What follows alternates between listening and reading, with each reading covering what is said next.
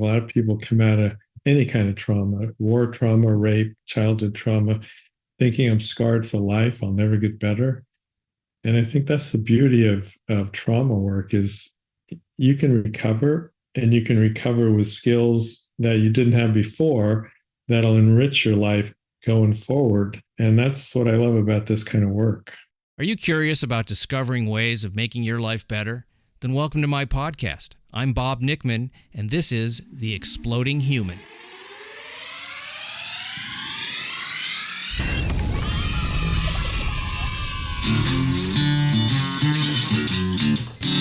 Listen in while I talk with all kinds of people in the fields of personal growth, health and healing, alternative therapies, psychology, spirituality, environment, and the future.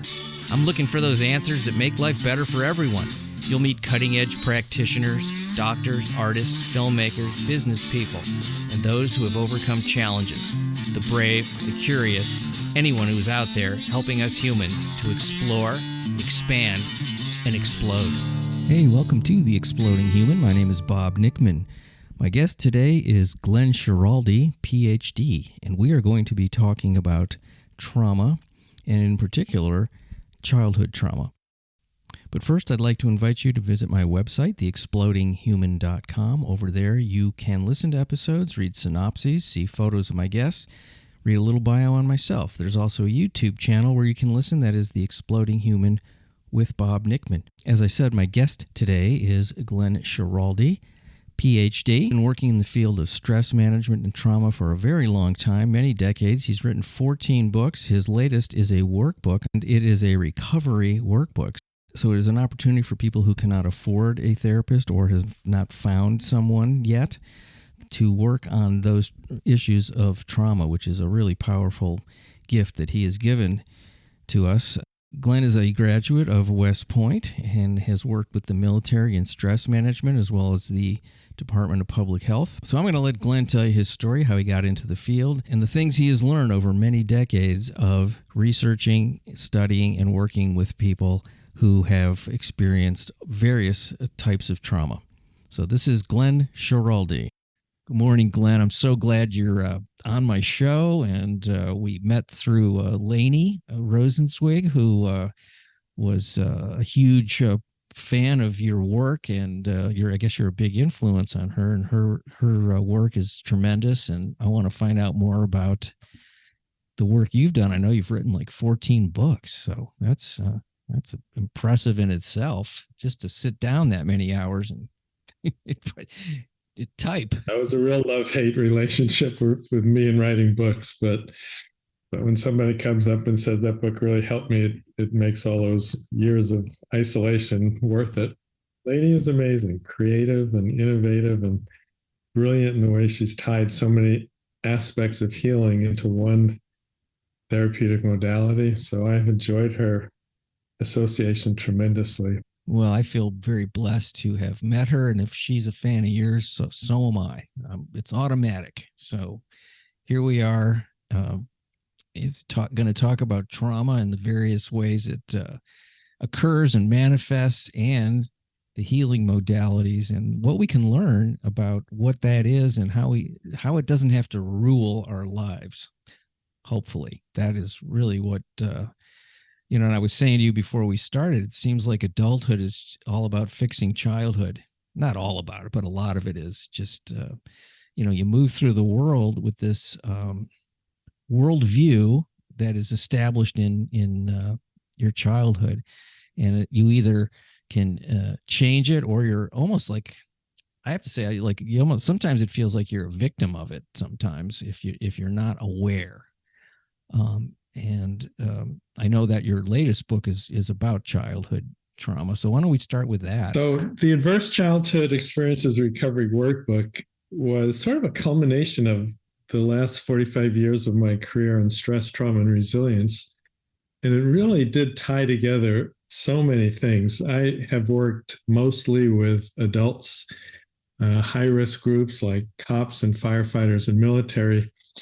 And often we focus on recent trauma, like operational trauma, combat trauma, and fail to realize how much as you were saying, things that happen in childhood can run our show in adulthood if we don't address and settle those early hidden wounds that recent traumas really build upon. And so, we don't want to be victims and we don't want to blame, but it is really liberating to be able to say, now I understand why I react this way or that way. And more importantly, now I have some tools on how to respond differently, knowing that things from the past can be settled and we can get stronger and move on. And so the bad news about adverse childhood experiences, it is so incredibly costly in terms of human suffering and costs that we pay in our society for healthcare and welfare and criminal rehabilitation and even fatalities. That's the bad news. But the good news is there's so much we've learned in recent years to kind of soothe and settle these old wounds so that they are no longer running our show as adults. And to me, that's the hope of the kind of work that Lainey and I have been doing, and many other healers have been trying to accomplish. When you talk about this workbook, I'm really fascinated by what that actually is. I know you had a workbook for something else too. I was reading about similar, for trauma, but what is it? What does that entail? Just briefly, obviously you're not going to go through every page of it, but how does that actually help a person? What do they do? Do you draw pictures? Do you write down experiences? How do you process those? How does the workbook help somebody? I'm sure it does. When there's trauma, almost by definition, a trauma is something that overwhelms our coping capacities. And so it's usually good to find a good coach, a good guide. I'm using those terms to describe a mental health professional who's trained in trauma. But a lot of people will never find a skilled mental health trauma specialist. And so in my role as a public health educator, I want to equip people with tools that they can use, and this complements therapy. And in many cases, unfortunately, there's far few therapists to treat all the mental health conditions that are stress related. And so I want to equip people. I want people to know, here's what's going on. Here's what's happened. You're not weird. You're kind of normal. This is what people who go through trauma do. And here are the skills that you can use. And so the workbook really outlines a 8-step model that I use to kind of walk people through. There's not a simple quick fix, but there are systematic skills that we can learn and apply, and often on your own, self-managed. And when that doesn't work, then you say, okay, I'm going to call in a helper who is skilled. But again, many people will never find a helper because they can't afford it. They don't know what kind to look for. So briefly, an overview, there's 4 basic steps that we do to prepare the brain to rewire these old hidden wounds that are stuck there from early childhood trauma. And again, we're not blaming, we're not making ourselves victim. We're simply trying to kindly understand what's going on and then know what to do. So we start by regulating dysregulated arousal that's stuck on too high or too low. Because when we're stuck in those extremes, and that's what trauma and emotional upheaval does, nothing works. The brain doesn't work. We can't think logically. We can't speak effectively. So step 1 is to get arousal down into that window of tolerance, where the brain functions all the regions together. Step 2 is to regulate dysregulated emotions, because strong emotions like fear and guilt will maintain that dysregulated stress arousal. So step 2 is get some skills to manage the strong emotions. Step 3 is to prepare what I call a brain hardware to rewire. If you just think of a traumatic memory as wired in a way that keeps the brain on high alert and afraid and anxious and full of shame and so on, as adverse childhood experiences do, then we want to learn to rewire the brain, and we want to make sure that the brain is optimally conditioned to do that. And so there's like 9 different steps that can optimize our brain functioning.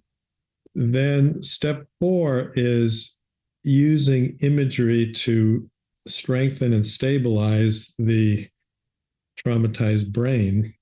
And there's some wonderful imagery skills. And the beauty about imagery is everything's possible in imagery. It costs nothing. And we can kind of lay down positive neural pathways that eventually will merge with those old trauma memories that are wired in the brain. And then we start to go after rewiring the trauma memories themselves. Some wonderful float back techniques that can be used to go back and soothe and settle those old memories. Then once healing has taken place, we then learn skills to create a joyful life, because there's more to life than just suffering and healing, even though that's critically important. So there's skills to just weave joy into our life. And then step 8 is, if help is needed, that's when you learn who to look for and what kind of trauma modalities work. And then you've equipped someone with a whole wide range of skills that can not only heal the old wounds, but create a richer, more satisfying, more resilient life. So it's kind of a systematic approach that this workbook outlines, and it's kind of compilation of all the things I've worked in over the years: the trauma resolution, self-esteem resolution, because self-esteem typically gets battered and shattered in trauma, especially early childhood trauma. So I've said a mouthful there, but that's kind of where the workbook takes the reader. Well, it's a lot of great information. What I'm happy to hear about, and this does come up in my show a lot, is that there's a lot, particularly with this workbook, that we can do ourselves to go pretty far away from the trauma into a more positive, happy, fulfilled life. It sounds like the workbook is really sort of a systematic approach to getting as far as you possibly can without actually having to seek a professional or whatever it is, but you can do a lot yourself, which I love that people who may not, like you say, may not be able to find somebody right away, the work can get started on your own. So thanks for making that workbook. Folks, you got to get the workbook if you're traumatized, and everybody is to some degree. I have this theory that obviously there's different levels and severity of trauma, but I think whatever your most traumatic thing is, goes to that top spot. And so you're always, no matter how severe it is, that's the most severe for you. So it may resonate pretty strong. I'm going to tell you just an incident that happened to me as a kid.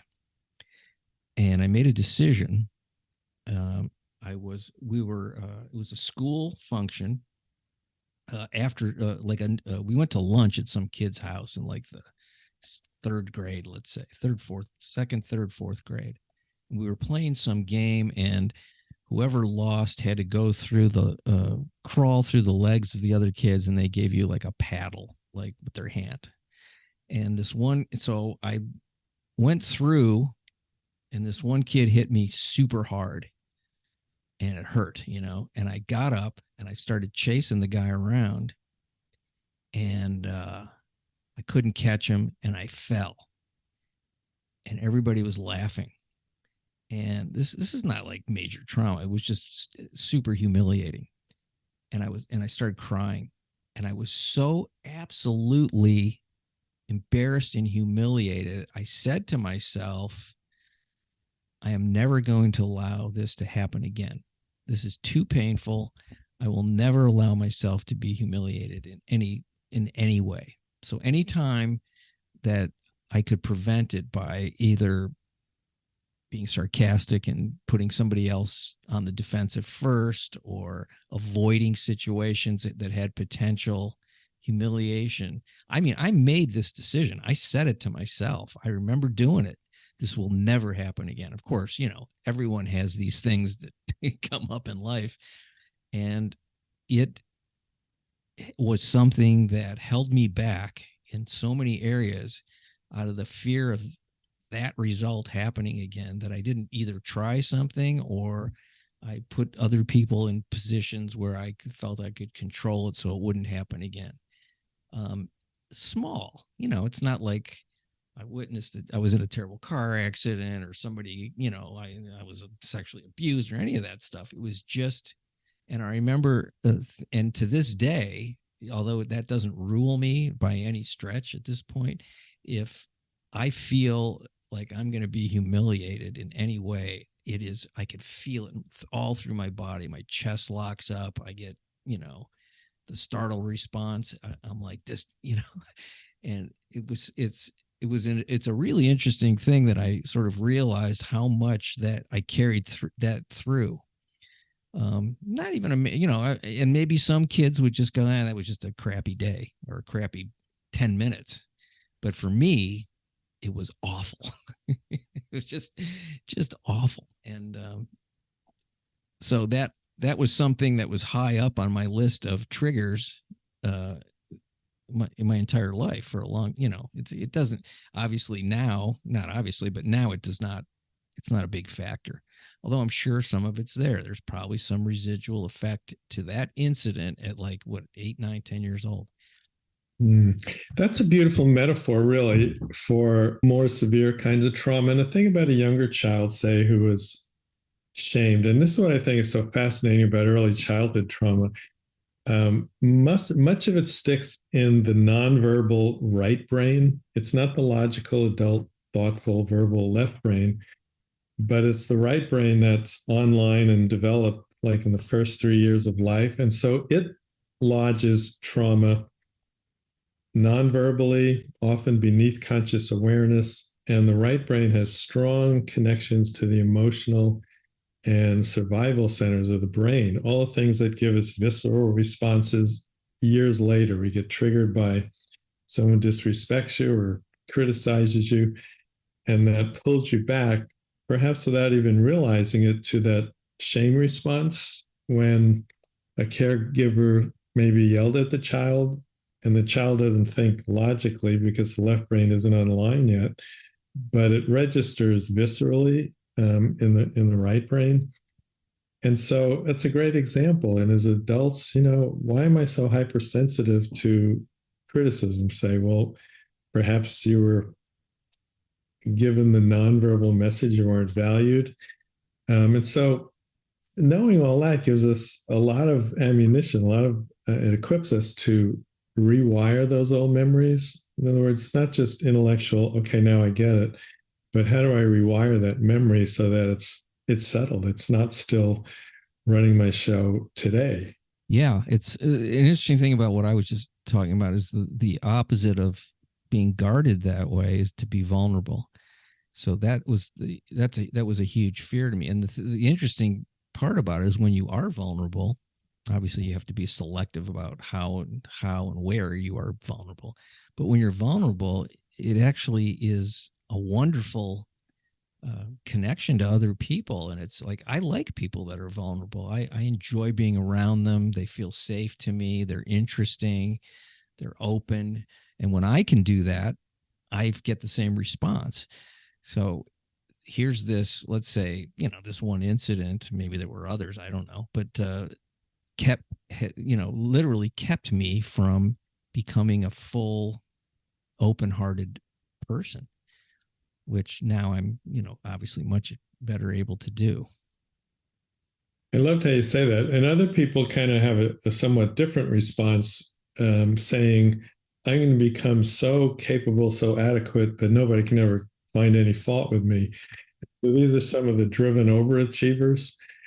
But again, I think you put your finger on the pulse there is that also keeps us from being fully open-hearted, fully ourselves, fully comfortable in our own skin. There are a lot of very unhappy, successful Wall Street executives that are just not at peace with their vulnerabilities, their inadequacies. So I mean, it's kind of a wonderful opportunity once you figure out, okay, I see what's going on, and now I can also figure out ways to be more at peace and happier, which is really, what's more important than learning how to be that way. And even the idea that that's like an okay thing. I think a lot of people move through life thinking they're not allowed to be joyful and happy, and you have to limit it.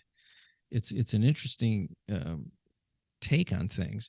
I got Yeah. some interesting messages as a kid, which this one was unbelievable.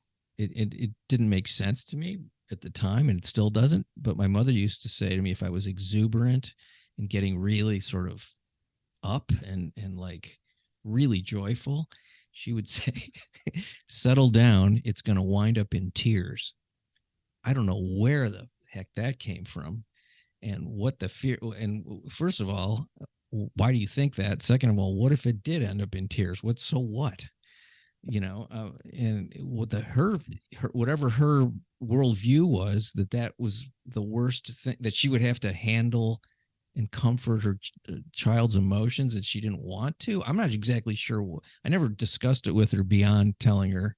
We talked about it and laughed about it later, but we never really got into it. But interesting message to hear over and over again. Settle down. It's going to wind up in tears. Where does that even come from? It is interesting. It reminds me of, I interviewed World War II survivors, well-adjusted combat survivors. And one of my favorites was a tough Marine who was also very tenderhearted. But one of the things I asked him, what are some of your life lessons? He said, I learned to keep an even keel. If you get too high, you can kind of fall. If you get too low, then you get depressed.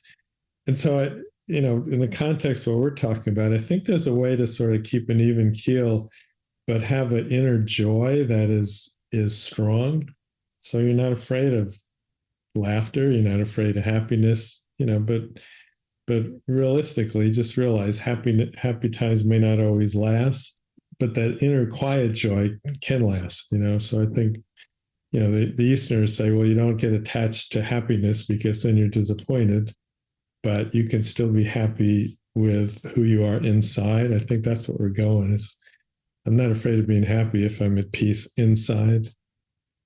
Yeah, that seems to be a worthy goal, to no matter what's going on around you, positive or negative, that there's some flame, some core that's not going out, that's just there. That feels I guess I'm going to use the word eternal. I think that's exactly right. Well, I know you were in the military. Is this where you got interested in trauma, or was there, can we go back even further into your life, maybe even your own childhood, where this became something, a seed of something that happened that moved you into this arena? Because it's a really fantastic thing that you do for people. It is interesting, Bob, and I've thought about this often, like wondering how the devil did I end up doing this? I never would have thought I'd be writing books on this and teaching about this, but I grew up in a very peaceful little suburb in New York. We had 120 in my graduating class in high school, a very tight-knit group, wonderful extended family, enough chaos at home to, empathize with anybody or anything and never be surprised, but never so bad that I got overwhelmed. And then I went to West Point, and I was an officer during the Vietnam era, and I saw my friends come home traumatized and had no idea how to help. I knew I loved working with leadership and I loved working with young people. I thought I'd enjoy teaching in the public schools, which I did for 3 years. And I saw divorce and drugs and rape and all sorts of trauma that I had no idea how to handle. So I decided to go back to school and get my doctorate. And at a university that had a very strong stress program, but more of the neck down, the medical end. And I got interested in the mental health side. And I started writing books about depression and anxiety and self-esteem and anger, taught in the stress management faculties at the Pentagon. And I've worked with a foundation that works with high-risk professionals like cops and military and firefighters. And it's more like at each step of my career, I saw a need, and people would come up and say, where can I find out more about trauma or depression or other stress related problems? And I said, well, I don't know, let me look. And usually when I looked, I couldn't find written resources that were written so that regular people could understand it. They're often written by psychologists who are not always good educators. And so I started teaching courses on resilience and coping skills. Working with the military and the high risk groups, I decided I've got to write a book on PTSD that people would understand and gain hope from. And then, meanwhile, this whole time over the last 25 years, I've been reading about childhood adversities and how they enter into the mix. And I thought, okay, somebody's got to write a book that ties it together so people can understand and know what they can do. And so that's really how I started to write that last book on adverse childhood experiences. My wife keeps telling me I have to retire from writing books because it does. It takes years to write each one, but it's kind of hard to give up because I love the fact that you can empower people. They can realize I'm not weak, I'm not abnormal, I'm not crazy. It's just this is what people do when they go through trauma that they don't know how to cope with. Because, when do we learn as a kid how to cope with trauma? When do we teach our soldiers going into battle to prepare emotionally, not just tactically for the battle? So my whole mission is, equip people with coping skills at the emotional level, and then they will perform beautifully emotionally and not just technically and tactically. Well, particularly with war, I mean, it's such a severe, dramatic, ongoing, daily terror. Really, it's the cortisol's firing 24/7 because you have to be on high alert all the time. So that's just happening. I mean, and they used to call it shell shock and battle fatigue and all these, very strong terms, but it is a constant. I mean, that startle response isn't a normal response to be happening every minute. It's just the body isn't designed for that. So how could somebody in that situation not be messed up from it? It just seems impossible. I don't care how balanced you are. Put the most balanced person in the world in that situation, and they're going to have some residual effect. I don't know how you could not. Yeah. And I think we both agree it's okay to just realize that you're in an abnormal situation and it's totally normal to be out of order for a while, but doesn't have to be permanent. That's the key. I think a lot of people come out of any kind of trauma, war trauma, rape, childhood trauma, thinking I'm scarred for life, I'll never get better. And I think that's the beauty of trauma work is you can recover, and you can recover with skills that you didn't have before that'll enrich your life going forward. And that's what I love about this kind of work. I had somebody on this show who it's an actual physical procedure. I don't know if you've heard about this, called the stellate ganglion block. It's pretty fascinating that you can actually see, and it's in the neck, where the post-traumatic stress creates a physical injury in the body. I can send you the episode I did if you want to listen to it. It's really interesting that you can see these. It's almost like you ever like cut a little branch off a tree and like 3 grow in that spot where you cut the branch, little suckers grow. And it's almost like this is how it was described to me, that it shows up in the neck. And what happens is when he was an anesthesiologist and he was doing pain management.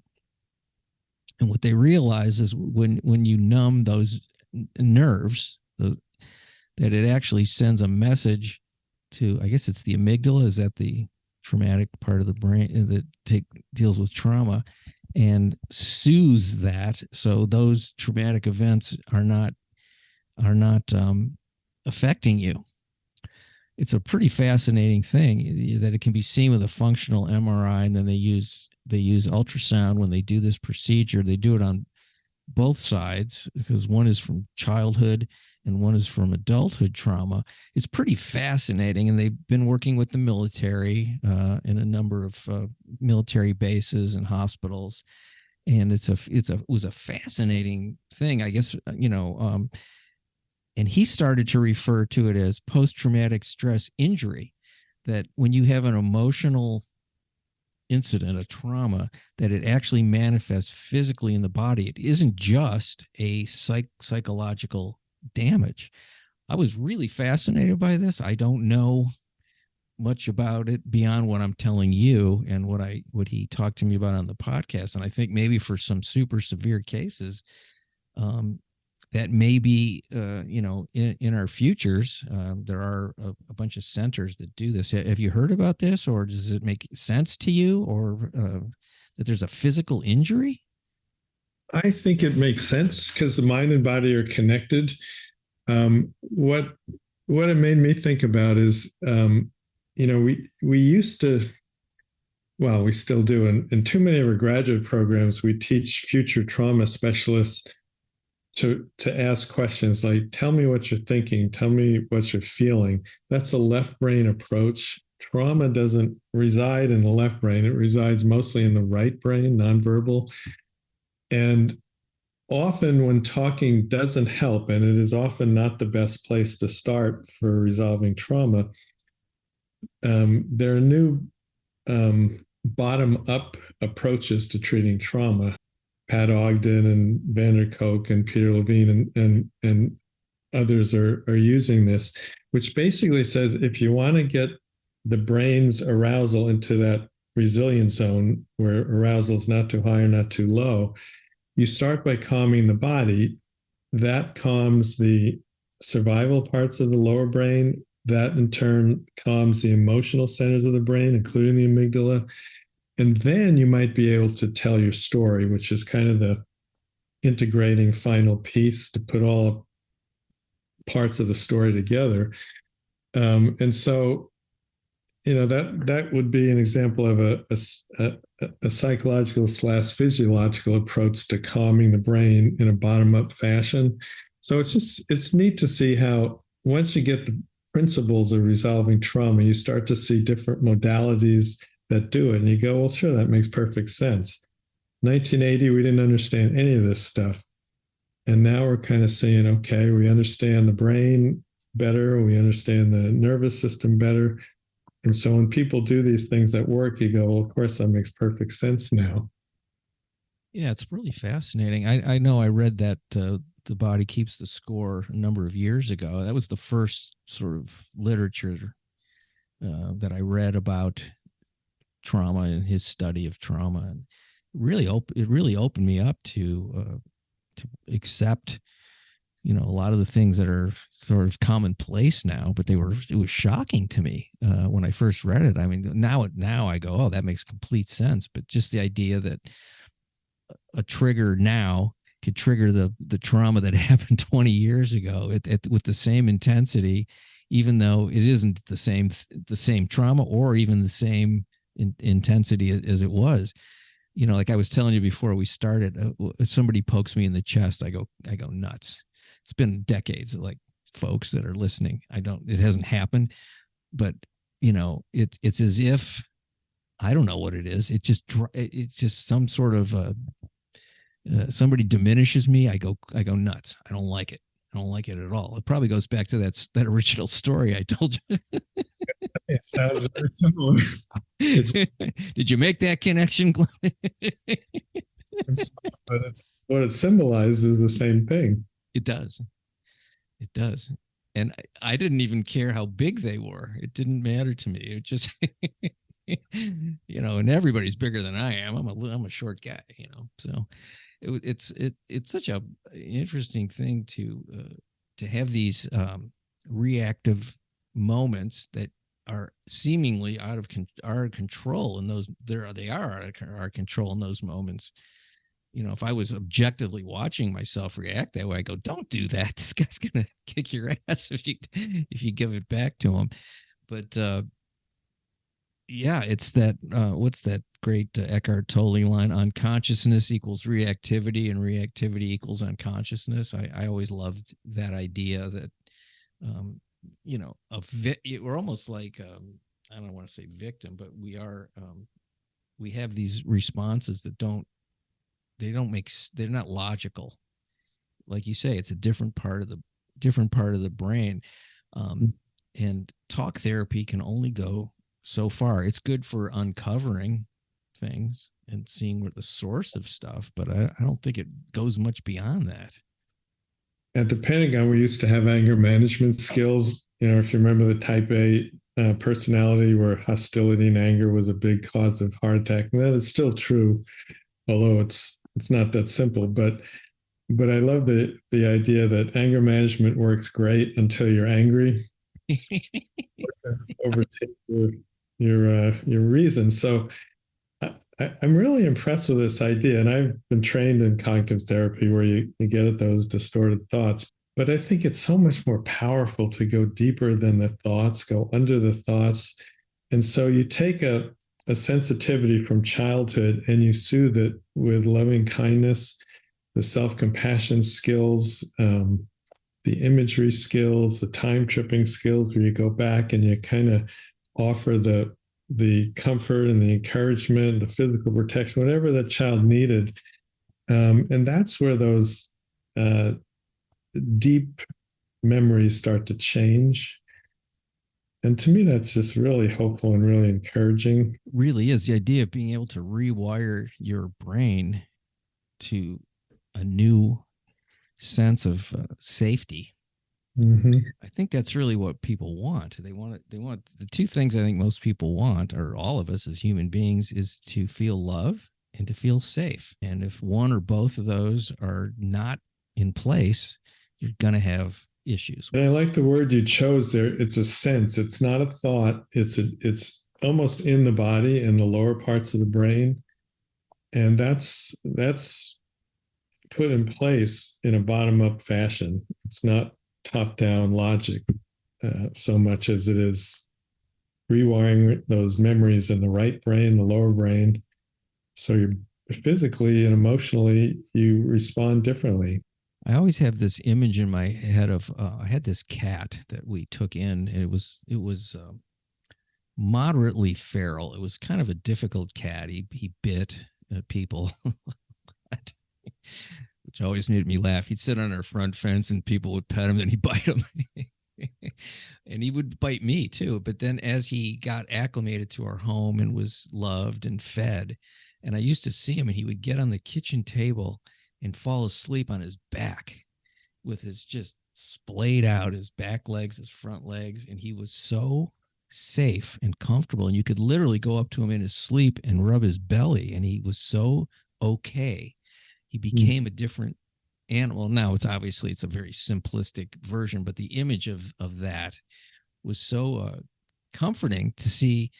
He's safe. He knows it. He knows he's safe now, which was a really cool thing to see, that just by being nurtured properly and loved and learning to be safe in our environment, he became that.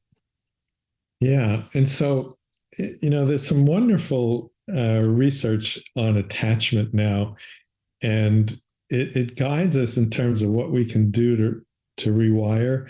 But you're absolutely right. Ideally, a securely attached kid takes in not only that they're safe, not only that they're loved, but that they're enjoyed. And I think that's what speaks to this happiness thing. And so in our imagery, we can structure the imagery so that you're actually experiencing what you didn't experience then, that you needed to feel. That you're cared for, your needs were attended to, you were enjoyed, you were loved, and that the caregiver could be trusted. And sometimes that's us learning to be that trusting caregiver.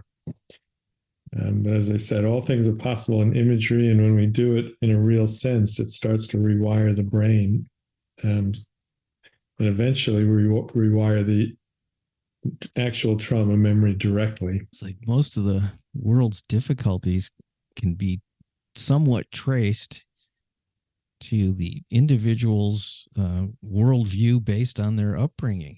It seems like that traumatized people, become traumatized adults and do these things. They act out in ways that are not in the best interest of other people. It's almost like self-protection, but misguided.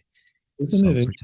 You look at the early years of Hitler and Mussolini and Lenin, they were all brutal childhoods. And then it makes sense. It makes sense that they were the way they were. Trying to fix something that can't be fixed in the way they're trying to fix it. I always say, why would you want to give somebody power that actually wants power? That doesn't make sense, because think about the reason they want it. The most part, you rarely hear, I'll just pick politics. You rarely hear a politician say, I want to get elected so I can start get other people interested in communities, so everyone can work together and grow this community. And it's not just me doing it, it's everybody. You almost never hear that. It's like, I can fix this thing because it's me. It's like, and I know better, and give me a shot at it, and I'm gonna run the show, and I'm gonna make it okay. Yeah, and you think about the people who vote. If I don't feel safe, then I start looking for people who maybe protect me where I can't protect myself. So so often it goes back to let's strengthen individuals so that they can be confident in themselves and not overly rely on others to fix their problems. Now, do you work with clients still? Or are you just an author? Not just. I mean, are you just writing books, or? My role, I've felt, is to educate. So I still do 2-day resilience training workshops for high-risk groups like the military and cops. And I still write, and I do these kind of things, which I love to do. And my wife says, you got to quit writing books. They take too much time, but I think I have a couple more I want to do before I quit. Tell her if you quit writing books, you're going to be watching football 8 hours a day. We are going to cruise to Alaska, though. We're really looking forward to that and just get away. That'll be great. Yeah. Take that cruise. I love it.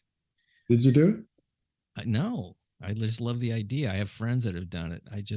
Everything they've told me about it, other than being, a lot of them didn't like being on a ship, but they loved everything else. The country, I mean, nature, and seeing animals, and the cleanliness, and the peacefulness. That just sounds really amazing. Yeah, that's what everybody we hear says that too. So if you had to sort of distill some advice to somebody who's struggling with a traumatic past or a traumatic present on how to take the next step to begin changing their circumstance internally, what would you say? If they can't afford therapy, if they don't have the time, they're just sort of like, where do I start? It's just somebody who's maybe, it's just, where do I start? What do I do? That's a great question. And I think not just get educated on healing principles, but learn skills that apply those principles. To me, people talk about mental illness, and they say, well, don't stigmatize by saying you have a disorder, as in post-traumatic stress disorder. And I say, there's no shame in being out of your usual order. That's, once we get back in order, we get back in the flow, life starts to look good again. And so I'd say, first, don't stigmatize yourself for having mental health challenges. They just make sense. And so often people think I'm the only person going through this. I got to keep secrets. And then when they start talking to others who've been through similar experiences, they realize this is the way people respond typically. and here's the way they get out of the hole. So, you learn the principles, you learn the skills, and it's not all bad to suffer if you can see the light at the end of the tunnel, if you can see skills that get you out of the suffering. Um, and often when we get out of the suffering, we're better equipped to be compassionate to other people. We can empathize better. If we've learned skills, we can share skills. I had a beautiful conversation with a veteran 3 weeks ago. Horrendous childhood. I mean, his mother used to pound his head, hold him by his head by the hair, pound his head until his eyes swelled shut. And then she sexually abused him. I mean, tied under a table, just horrendous childhood. Turned into a loving, kind father. He said he resolved at a very young age, I'm going to be a good dad, a good husband. I'm not going to repeat my mother's abuse. And everybody who knows him loves him. Then he went into the service, became an a fighter pilot, and was ordered to bomb a building that he knew full well was not an enemy munition storehouse. He thought it was a school. So he pleaded with the guys on the radio, I don't want to bomb that. And they eventually ordered him to do so. He had to follow the orders. He did it. And then he saw the kids filing out of that burning building. 62 years later, he's still been troubled with that. Now, this is a guy who'd done a pretty good job dealing with his childhood trauma. He'd actually forgiven his mother, felt love toward her painful past. But in this case, it was the military trauma that was still bothering him. And so we went through how to change that scene. In his case, I said, now you can change this any way you want. You can disobey the order. You can put a protective shield around that building so the kids were safe. And the image he came up with, I'm going to push the button to fire those missiles, but the missiles miss the target. And so that I thought was brilliantly creative, because now he's not getting himself in trouble for disobeying orders, but he's sparing the children. And he was in tears saying, I just never realized I could feel better about this. I never realized I could change the way I felt about that thing that happened 62 years ago. And so I think there's a beauty and a power in knowing that there is healing approaches. You don't have to suffer forever. If you do find a therapist, shop well, ask him, have you dealt with these kind of traumas? Are you a trauma trained specialist? What are your treatment modalities? Some people do EMDR, some people do Laney's accelerated resolution therapy, which I am so enthused about. But an equipped consumer can make wise choices. And often we say, well, you're a therapist. Somebody said, go see you, and it doesn't work. And so I'm done with therapy, not realizing that, if you shop, you'll usually often find the right therapist. Shame, low self-esteem, lack of resilience, all that stuff often gets imprinted in the early months and years of childhood, and they can be rewired. I think, what are we down here for? We're down here to learn how to love and to learn how to be happy. And sometimes the first step is to forgive, to heal, and then we can start forgiving and build shattered self-esteem. And that's all within our grasp. And I'm sorry, that was a long answer to a fairly simple question. It was a great answer. And I was totally immersed in listening to what you had to say. There was something you said at the beginning of it that I really loved as the start, which is, don't keep it a secret. Shine the light on it. There's no shame in having shame, essentially.